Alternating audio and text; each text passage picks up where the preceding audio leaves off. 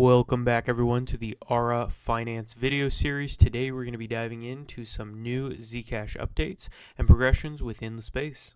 We have a huge progression, it looks like, where spot Zcash will now be on Hyperliquid. We have some transactional flows. We see some Isaac being transferred, and this is very exciting, especially because Hype is a decentralized perpetual exchange, and therefore getting away from centralized exchanges and expanding the Zcash arsenal of places you can trade and maneuver your capital.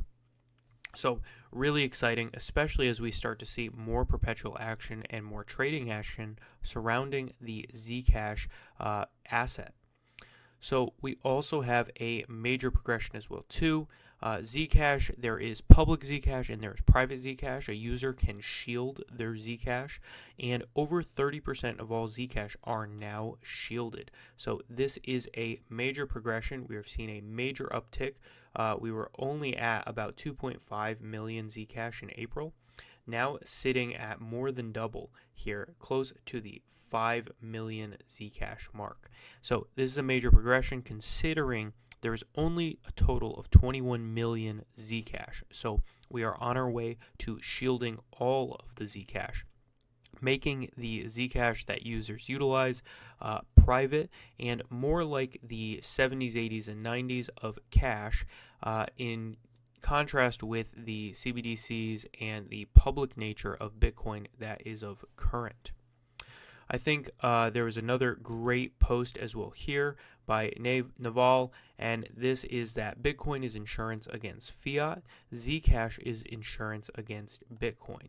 This is very true, considering that Bitcoin, the ideals of Bitcoin were that it was private, it was the freedom from the state, but now the Bitcoin maxis and the people involved in the Bitcoin narrative are cheering on when government officials get involved in Bitcoin, when governments buy Bitcoin, when we get a new ETF, when we get new listings.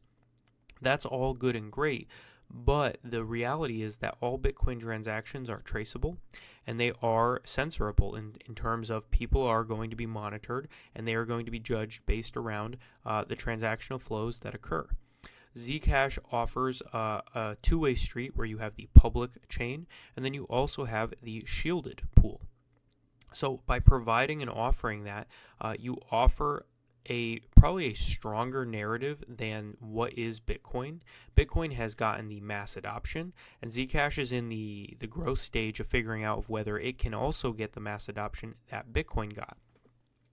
I firmly believe that it can, considering the tenets that it is following are true core Bitcoin, right? The original reason that everyone got into Bitcoin was because of the reasons that Zcash exists.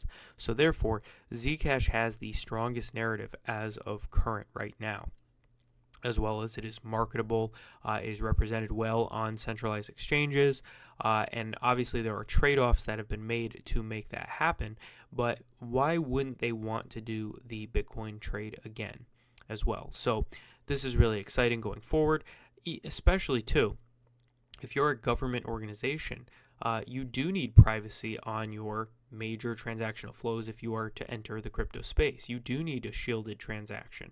You can't have your adversaries knowing that you're maneuvering some Bitcoin from wallet A to wallet B, right? That goes against all of the tenets of building out strategy, war, and engaging properly going forward, right? So I think Zcash hits on a lot of these tenets, and I think we're going to see more progression as we proceed forward. All right, everyone. I look forward to seeing you on the next one. Take care. Bye-bye.